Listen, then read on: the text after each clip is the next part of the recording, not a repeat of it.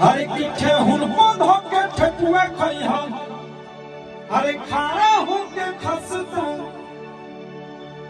कहाँ कहाँ कथी मिली सुन लो बेवसता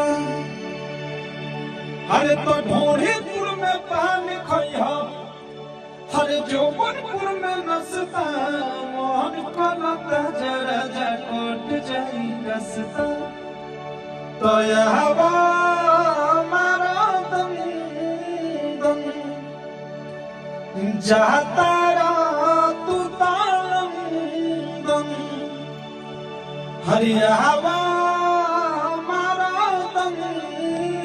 दम हरि जाता तू तालम दम। नमस्ते प्रणाम, हम अवधेश प्रेमी यादव गोर छू बोला करता आप तमाम भोजपुरी श्रोतागण के एक गाना के आप सब इतना प्यार दुलार देता नहीं दिल से थैंक यू लव यू। चारों तरफ एकदम तहलका मचलवा बवाल मचलवा यही तरह गाना के लहकौले रही एकदम धूम मचा दी बड़ी प्यार आशीर्वाद मिला था चारों तरफ ही गाना एकदम आग मत लगा दे बटे। आप सबके तहे दिल से धन्यवाद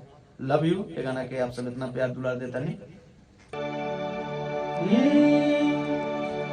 हर की चोली बाजार में बोली न बोली हो हर लहंगा नगर बीच में गलिया गली में मोलिया सोना पास बनोट घीचे में हर तो चोली बाजार में बोली न बोली हो लहंगा नगर बीच में गलिया गली में मोलिया सो पास बनोट घीचे में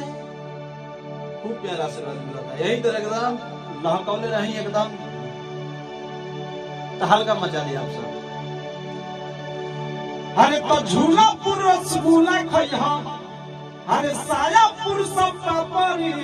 महलपुर में मिश्री मिली सोट के खइहा बागड़ी